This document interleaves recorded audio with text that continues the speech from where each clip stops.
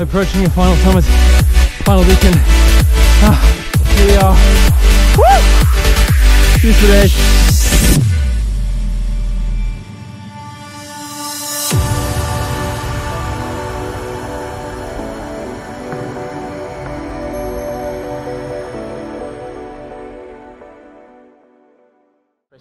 It's going, okay, and I'm seeing a button, so clap. Alright, so I've just set my watch, I've got a countdown timer. Damien just joked with me just how to say, this really is the fastest known news when you've got to have a countdown timer to make sure your recording's not going too far on.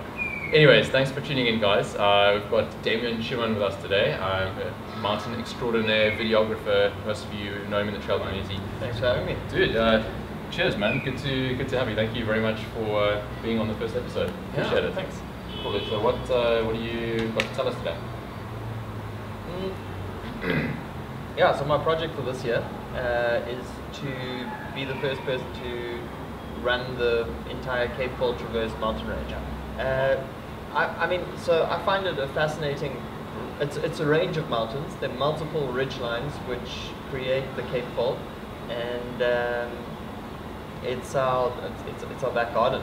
Yeah. You know, they're not the highest mountains, but they're exceptionally technical, and there's incredible diversity within the flora and fauna that you can find there. Some of which isn't found anywhere else in the world, and it's really rugged, exciting terrain to traverse.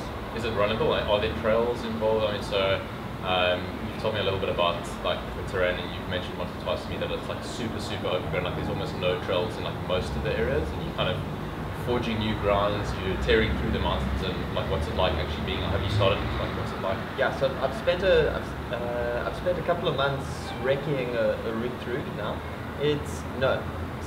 There's trail in some of the sections. For a lot of the route there's nothing. Yeah. So what do you? So give us. We'll give everyone else watching as well just an idea of the scale of the magnitude of the project. Like when are you starting this project? Setting off. When do you anticipate to finish? And what lies between in terms of distance and time? Like give us an understand, like a scale. Put the vision into our eyes, literally. Yeah. So it starts. The Cape Fold starts close to Clanwilliam, up in the Western Cape, top of the Cedarberg. Yeah. And it ends, the ridge line I'm going to drop off ends in Uitenage in Port Elizabeth. So it's literally like a proper ridge line that you. Well, it's a line of mountains you're following. You essentially are following the track. Yeah. Following the fold. Because of the extreme landscape and vegetation, ridge lines become one of the best ways to actually navigate. Okay. So it's exceptionally difficult getting onto a lot of ridge lines. Yeah. What is a ridge line? Just because maybe somebody's watching. It's the top of a mountain that looks like a knife's edge. Okay, so literally a ridge, guys. I'm sure all of you, 99% of you know, but if you don't know, ridge line, sharp, kind of imagine Table Mountain, but like running for 1,000 meters. But more of a thinner speck on top. Mowbray Ridge. Mowbray Ridge, yeah. You're following the top of a mountain peak for a couple of 100 kilometers, and you've got crazy bushes down below, which is why you're following it. So, sometimes cliffs. Okay, sometimes cliffs. Yeah. Okay. And I mean, not all of the running's like that, but a fair portion is, and particularly the purer line is. So it's very difficult getting up onto the ridge. Yeah. But once you're there, you've often got a very clean and very beautiful line of running. Yeah. And but then you face other challenges like access to water and stuff like that. Okay. And is a lot of the route along this ridge line, is it all kind of runnable, walkable, climbable, or there's some sections where you actually have to have gear with you to like climb up a section that's there's a cliff or something like that? Or was it all just a good connected chain? Yeah, look, it's no, the terrain varies quite a lot. There are sections. Some sections are runnable. Some sections are not. Yeah. There's sections which are very more scrambly. So you're climbing up rocks. You're down climbing some rock faces. Okay, so it's really slow going at some point. Yeah, look. From what I've researched, it should be comfortable doing the route without any ropes. But there are certainly sections where some people would bring ropes into. You're like, okay, cool. We've got to work on this little kilometer here for a while. Yeah. Okay. The other sections where vegetation becomes an issue. So I've had like protea bushes and like that. I mean, protea bushes, guys. If you know protea bushes, all Cape Townians do along Devil's Peak. Over Knife Edge, Mowbray Ridge, you've got some really serious protea there. Think of it, they're like big bullies, they don't let you through. You literally have to like pry your way through protea bush, and this guy's doing it for like days on end. Yeah. So I think in recce's, some of the longest days I had out was about covering 20 kilometers in 13 hours of just plowing through protea bush higher than my head. That is not fun. That can't be fun. Yeah. So navigation becomes a trick as well. You want to make sure that you don't hit those kind of like barriers. So what is let's bring it back in terms of the project goals, timeline, start and finish, and distance, and why are you doing this as well? Like, can you give us some insight there? So we start in close to Clanwilliam and in Uitenage PE area. What is how far is that? Yeah. So the ridge line itself is estimated to be about 850 kilometers, but obviously you can't run in a straight line on that. So based on my research, I'll be looking at a minimum of 1,150 kilometers. Jeez, that's quite. I think it was 45,000 meters of elevation. Whoa, that's a lot. So that's a massive amount. 45,000 meters. Yeah. So I'm looking at doing it in 26 days. Works out to an average of about 44 kilometers a day with almost 2,000 meters of elevation. Jeez, that is a tough day in anybody's book on good trails. I can't imagine what 45 kilometers looks like with some protea bush and some cliff climbing thrown in the mix. Yeah, so it will. The route's it's designed based on where I can get access on and off the mountain. So the shortest day will be about 24 k's. The longest day will be about 75. If some of my most obvious questions is why are you doing this? I'm an absolute lover of mountains, obviously. And one day I was looking at maps and all the places I love going most, and suddenly had this reality check where I realized they were all linked in the same ridge line. Okay. And then I've got to go run this. Let me go do this. Yeah, I had an absolute fascination with the idea that a line could interlink all of these places. So I mean, people always speak about the Hex and the Cedarburg and the Uitenage, but they're always spoken about as absolutely isolated places. Individual paradises where there are their own gates and that's it. Yeah, but the reality is they're all a part of one thing. Yeah. And at that point, it dawned on me that it would be a fantastic project to link all of... Fantastic FKT. Yeah. Legitimately. Well, So has it been done before? Is this the first time for you or for anyone doing this in South Africa? Okay, has somebody talked about it before, or are you just pioneering the way? So a fair portion of it's been hiked. Yeah. So in 2012, a guy called Jay Simpson hiked from the start of the Cape Fold to Robinson's Pass, which is roughly Mossel Bay.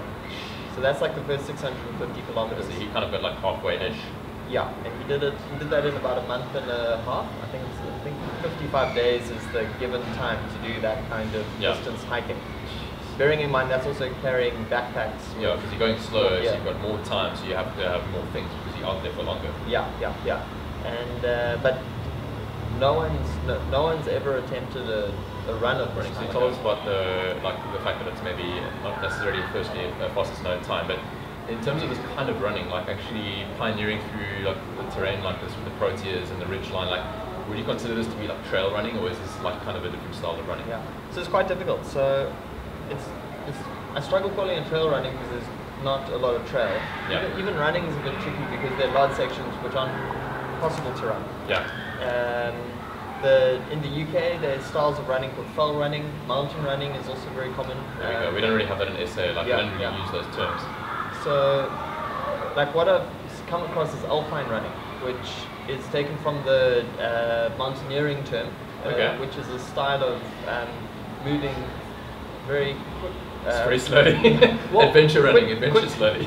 quick and efficiently, but being very self-sufficient at the same time, which I think incorporates the notions of self-navigation and route finding, and these ideas that you're self-reliant and you have to have everything you need, and just get. All right. So in terms of actually doing this, like from a like a practical perspective, like how are you? So you say are you going to be self-sufficient? Are you going to have people along the route? Have you got a team doing this? Are you definitely running alone? And nutrition, like give me all that kind of stuff. Like how are you surviving on this route in terms of practical stuff?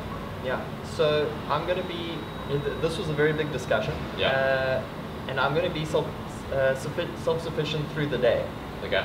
So it's kind of like a technicality, like in terms of your this alpine running. Like how do we in this effort in general? Like is it aided or supported or unsupported? Like so you want to think about that.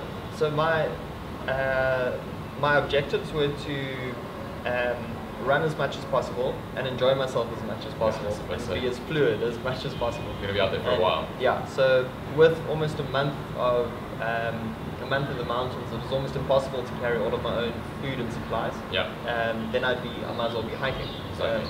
So I've decided to be self-sufficient throughout the day. So I'm going to have a small support team that is going to meet me. That's so cool. Yeah. Are they on board? They're on board. They're ready to see you through the night. Come on in. I think there are going to be a few days where they get a phone call quite late at night. Listen, I need a hot chocolate now. it's more like I need a flipping tetanus injection or something. I'm probably going to get a toughen the hell up on the other side. Yeah, you're going to get some. That's cool. And but yeah, no. So each morning I'm going to set out with my backpack. Yeah.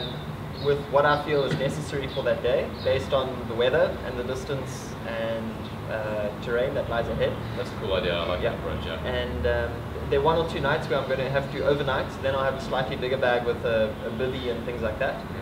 But most nights I'll be able to. I've worked out that I can access a road every 40 to 70 kilometers.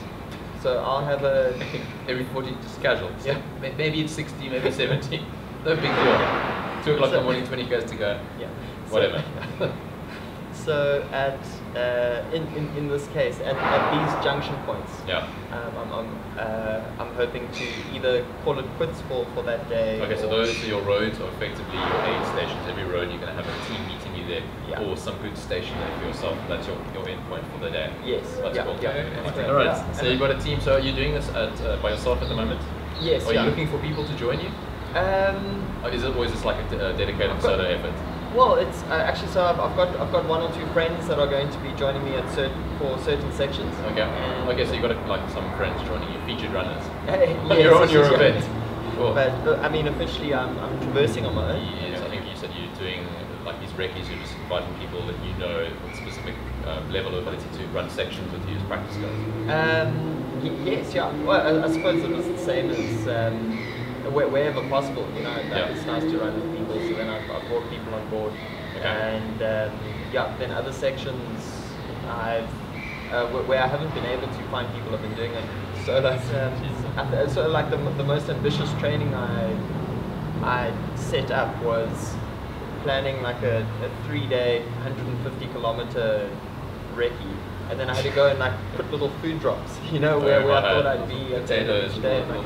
And it became this like mad adventure where like that's where I really started realizing how alone you are in the mountains at this point, where like your car is parked 150 kilometers down the road. And there ain't no Uber coming to get you in the process. No. All right. No. So like I mean another like fantastic thing for me is that it's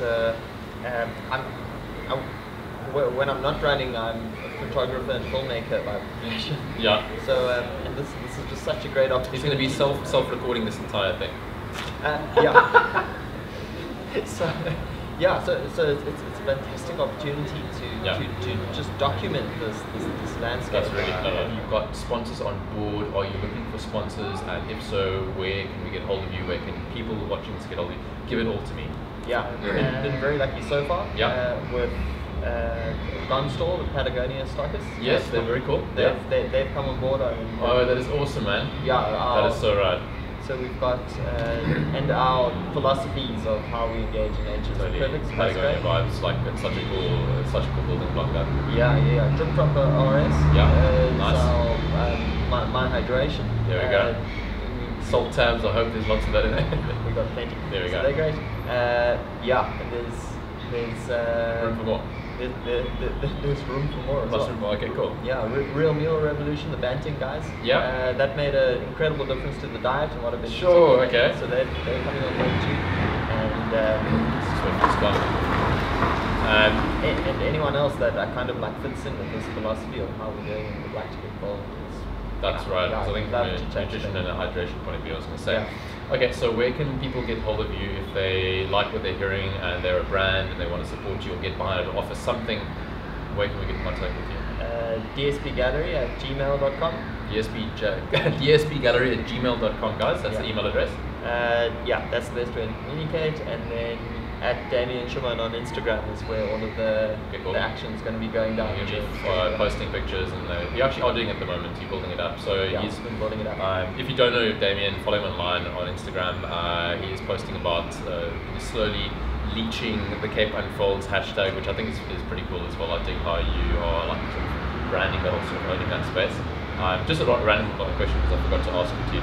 So the Cape Fold, I'm asking this for people watching it, is the Cape Fold Mountains. Where does that name come from? Like, are there actually technically fold mountains that have been created by the divergence and uplifting? Or is it like, do you know anything about that background? From my basic geological. I had to ask I love geology too. That's why I'm asking, because I just know that you get the tectonic upliftment and you get the plates sliding. Yes. So I'm just wondering, is that actually a chain of linked mountains, perhaps? Or? Yeah. So it goes back to the time of Gondwana land, and where everything was.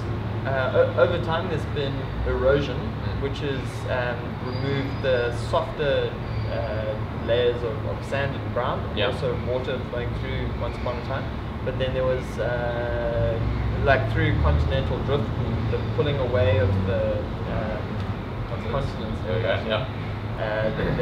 There was a series of land moving away and then pushing back into the continent, and that's caused this line. Wow. Okay. I'm like Cape Unfolds. Okay. So just that is the hashtag, the Cape Unfolds. Okay. The Cape Unfolds. The Cape Unfolds. So if you want to follow that online, Damon's, that's his hashtag for the project.